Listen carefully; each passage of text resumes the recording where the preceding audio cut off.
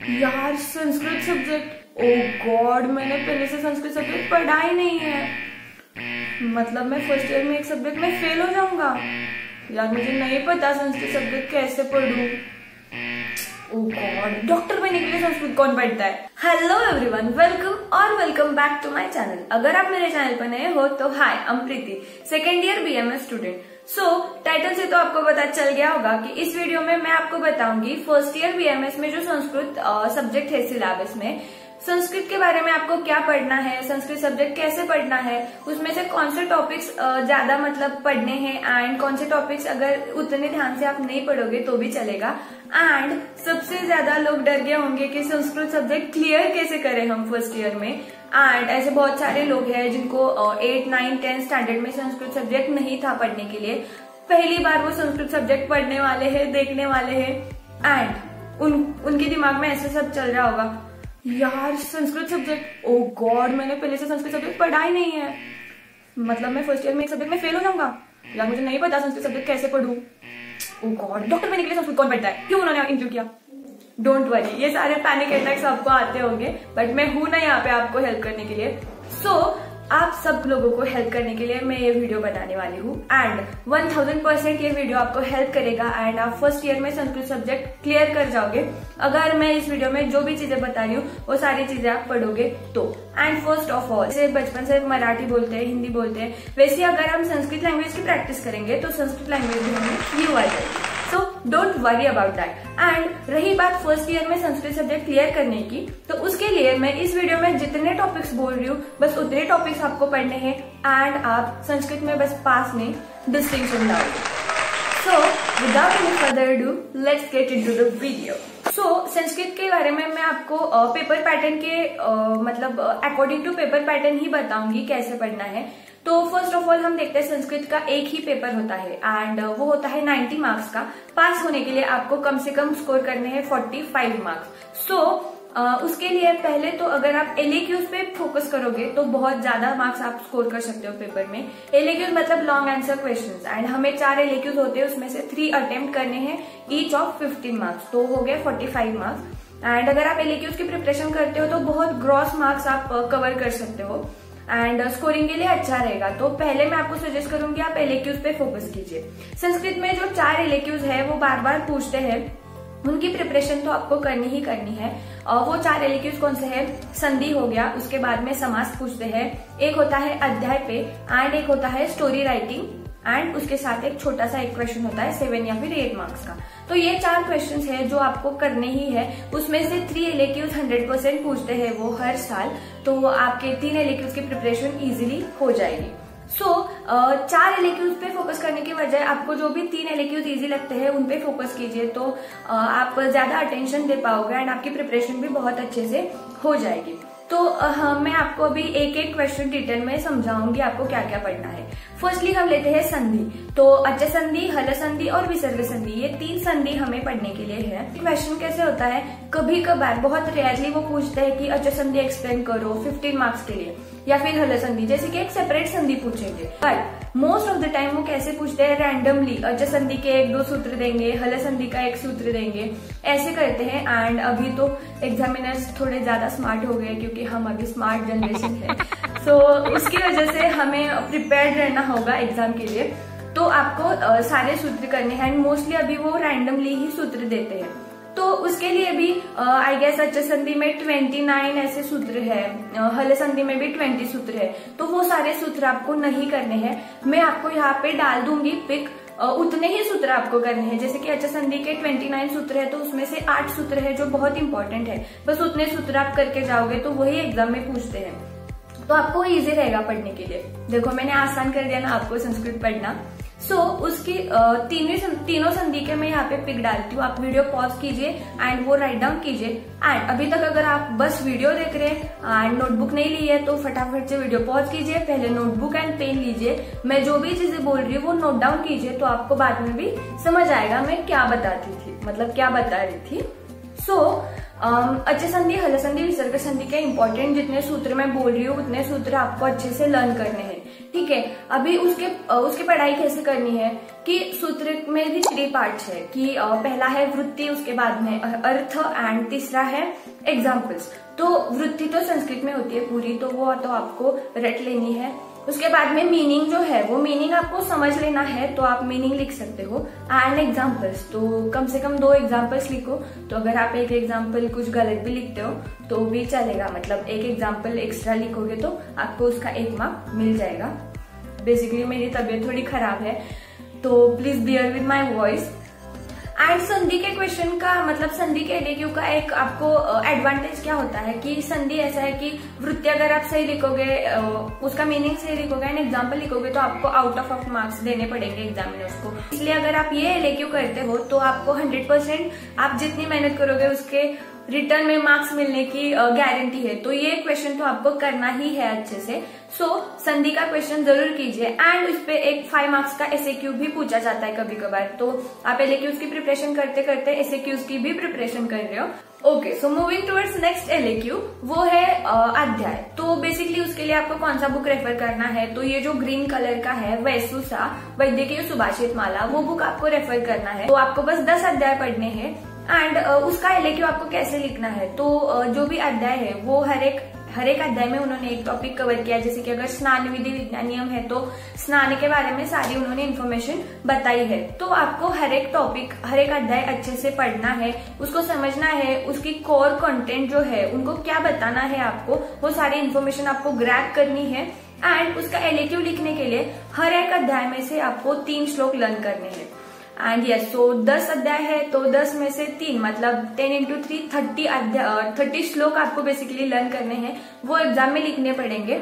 अगर आप उतने मतलब हर एक अध्याय में अगर 3 श्लोक लिखते हो तो आपको बहुत अच्छे स्कोरिंग के लिए बहुत अच्छा रहता है। जैसे कि देखो अभी आपको ज्यादा मार्क्स कैसे मिलेंगे, आपका प्रेजेंटेशन अच्छा होना चाहिए, उसके बाद में आपका हैंड राइटिंग अच्छा होना चाहिए। एंड अगर आप 3 श्लोक लिखते हो तो एग्जामिनर पे अच्छा इंप्रेशन जाता है एंड वो आपको 15 में से अच्छे मार्क्स देंगे, जैसे कि आप 11 या फिर 12 मार्क्स दे सकते हैं। सो 10 अध्याय करने हैं। उसमें से कौन से श्लोक इंपॉर्टेंट है, हर एक अध्याय में से 3 या फिर 4, उसका पिक मैं यहाँ पे डालती हूँ। तो आप वीडियो पॉज कीजिए एंड वो स्क्रीनशॉट ले लीजिए या फिर राइट डाउन कीजिए, तो आपको पता चलेगा वो श्लोक आपको लर्न करने हैं, एग्जाम में लिखने हैं। एंड अध्याय का जो कंटेंट है वो भी लिखना है। प्रेजेंटेशन अच्छा कीजिए तो आपको इसका भी अच्छे से मार्क्स मिल जाएंगे। एंड बेसिकली क्या होगा, मैंने लिखे हैं हैंड राइटिंग में मेरे, तो कहाँ पे कुछ ग्रामेटिकल मिस्टेक भी हो सकती है श्लोक में, तो आप बस स्टार्टिंग वगैरह देखिए एंड उसके बाद वो श्लोक जो है वो इस बुक में जाके वापस से देखिए।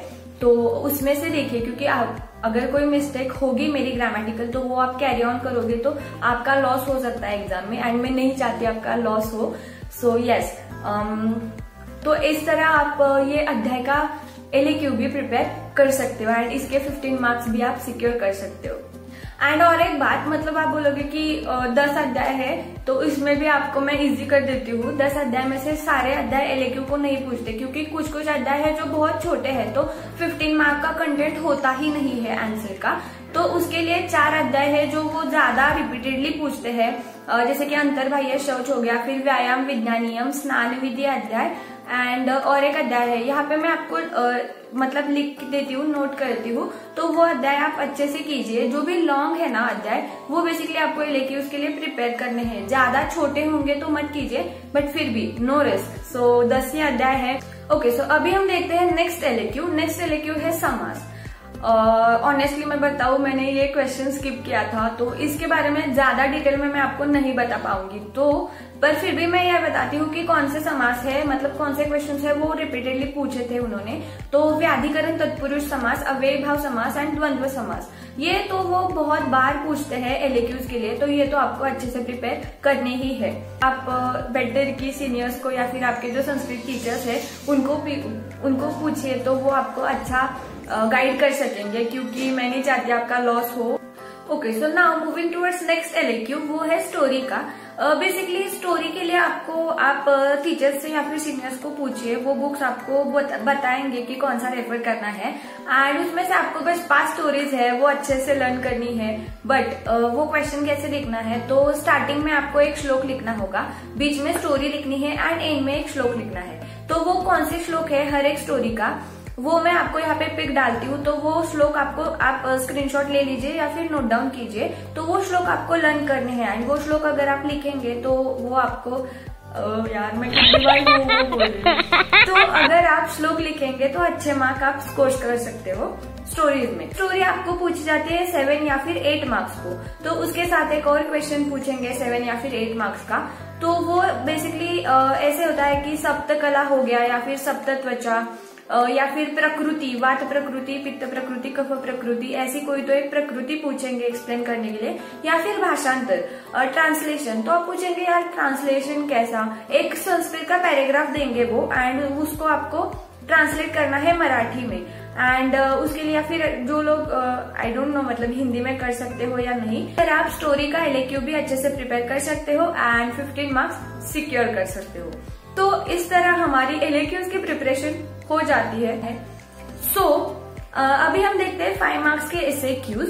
5 मार्क्स के लिए बेसिकली जो भी आपने पहले LAQs की प्रिपरेशन करी है उसी में से बहुत सारे SAQs फॉर्म होते हैं एंड उसी में से बहुत सारे SAQs वो पूछते हैं। तो ये एक आपको एडवांटेज है पास होने के लिए भी नहीं बट बहुत अच्छा स्कोर करने के लिए भी।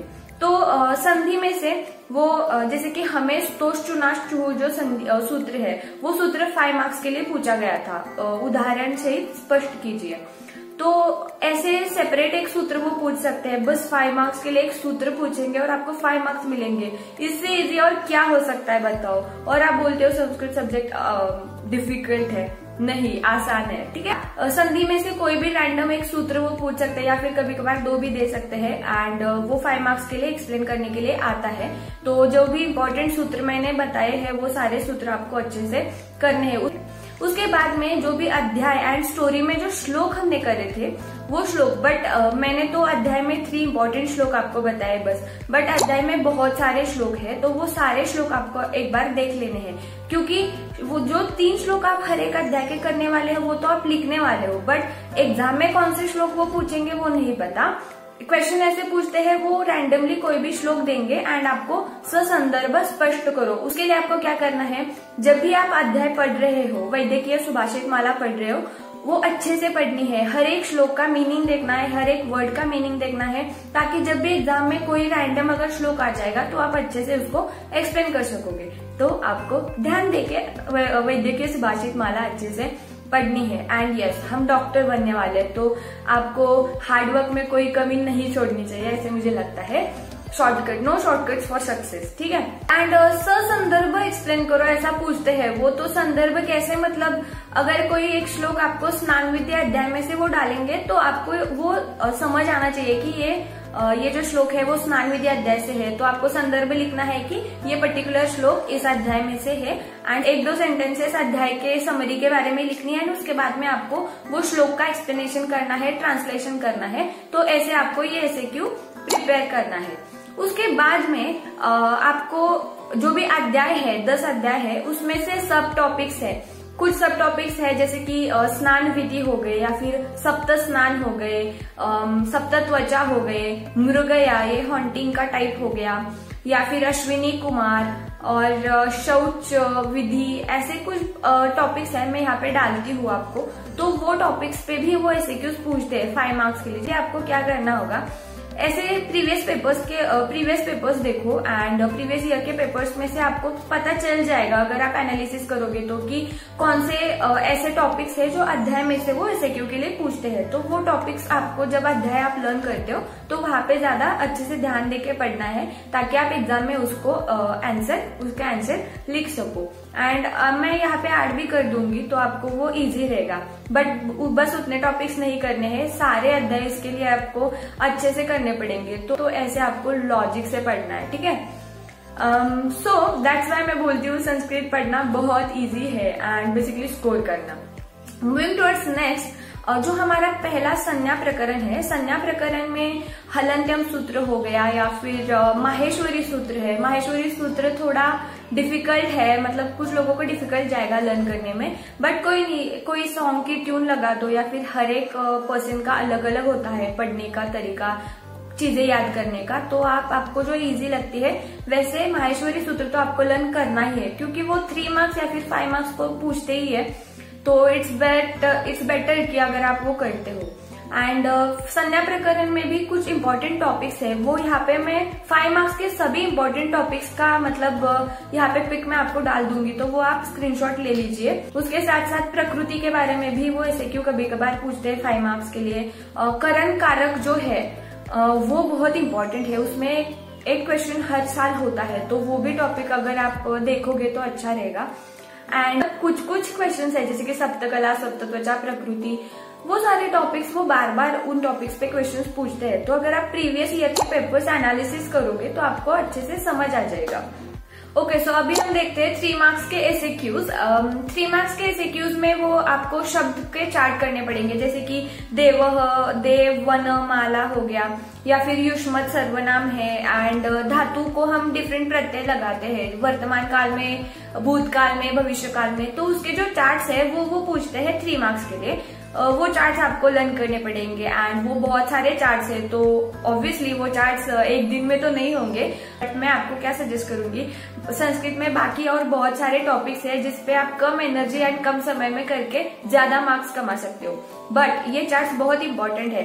जब संहिताएं लर्न करोगे आप, तो जब संस्कृत का उसमें यूज करना है कि हर एक वर्ड का मीनिंग समझने में, तो वहां पे ये चार्ट्स आपको अप्लाई करने हैं, तो उसके लिए ये चार्ट्स आपको समझने पड़ेंगे। बट पेपर के लिए अगर आप ये टॉपिक स्किप करते हो तो भी चलेगा। उसके साथ साथ वो अध्याय स्टोरी के जो श्लोक है उसका संदर्भ स्पष्टीकरण पूछते हैं। कभी कभार क्या होता है, हमारा फर्स्ट SAQ का क्वेश्चन एक श्लोक होता है, सेकंड क्वेश्चन एक श्लोक होता है, थर्ड क्वेश्चन एक श्लोक होता है, तो मतलब 3 श्लोक भी 3 क्वेश्चन 3 श्लोक ऐसे भी होता है। एंड इजीली अगर आपने श्लोक अच्छे से किए हैं तो आपको 3 मतलब 9 मार्क्स आप स्कोर कर सकते हो। इसीलिए आपको अध्याय एंड स्टोरी के श्लोक अच्छे से करने पड़ेंगे, तो LAQ से लेके 3 मार्क्स के SAQ तक आपको एडवांटेज रहेगा उसका। उसके साथ साथ वो हमारा जो पहला संज्ञा प्रकरण है उसमें से भी कुछ टॉपिक्स है, जैसे कि माहेश्वरी सूत्र हो गया, ऐसे वगैरह पूछते हैं। आभ्यंतर प्रयत्न, बाह्यंतर प्रयत्न, या फिर कई बार संधि भी, कोई तो संधि का सूत्र भी वो पूछ सकते हैं 3 मार्क्स के लिए। तो जैसे कि आपने 5 मार्क्स के SAQs के लिए या फिर LAQs की जो प्रिपरेशन की है उसी में से मोस्टली 3 मार्क्स के SAQs वो पूछते हैं। एंड हाँ, 5 मार्क्स के लिए SAQ के लिए एक बहुत इंपॉर्टेंट क्वेश्चन रह गया, जो है वाक्य शुद्धि। मतलब आपको वो संस्कृत का सेंटेंस देंगे बट वो ग्रामेटिकली इनकरेक्ट होगा, तो आपको ग्रामेटिकली उसको करेक्ट करना है। एंड वो तो क्वेश्चन अगर आपको अटेंड करना है तो उसके लिए आपको संस्कृत का ग्रामर अच्छे से आना बहुत ज्यादा जरूरी है। तो अगर आप चाहते हैं कि वो क्वेश्चन अटेंड करना है तो आप संस्कृत का ग्रामर अच्छे से लर्न करिए, सीखिए उसको, एंड फिर आप वो क्वेश्चन अटेंड कर सकते हो। Okay guys, so that's it about today's video. मैंने जितने भी टॉपिक्स बताए हैं, मैं बस ये काम कर सकती हूँ, आपको एक डायरेक्शन दे सकती हूँ, आपको बता सकती हूँ कि ये टॉपिक्स इंपॉर्टेंट है, ये आने की प्रोबेबिलिटी ज्यादा है। और एक बात, इस वीडियो में मैंने जितने भी टॉपिक्स बताए हैं वो उन सब की प्रोबेबिलिटी ज्यादा है, बट ऐसे में अश्योरिटी नहीं दे सकती कि वही आएंगे।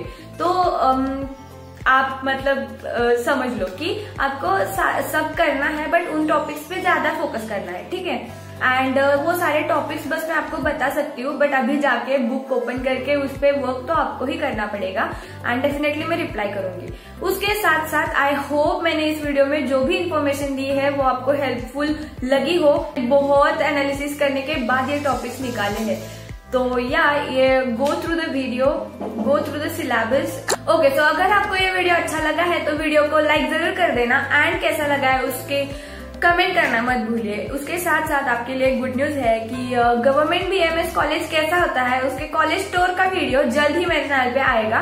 तो अगर आपको वो वीडियो देखना है तो आपको मेरे चैनल को सब्सक्राइब करना पड़ेगा, एंड उसके पास जो बेल आइकॉन मतलब घंटी है वो भी दबा दो, ताकि जब भी मैं वो वीडियो अपलोड करूँ और ऐसे ही बहुत इंपॉर्टेंट इन्फॉर्मेशन वाले वीडियोज अपलोड करूँ तो आप वो वीडियो मिस ना करो। तब तक के लिए stay home, stay safe, stay happy, stay healthy. Life is so beautiful, so enjoy your life. Thank you.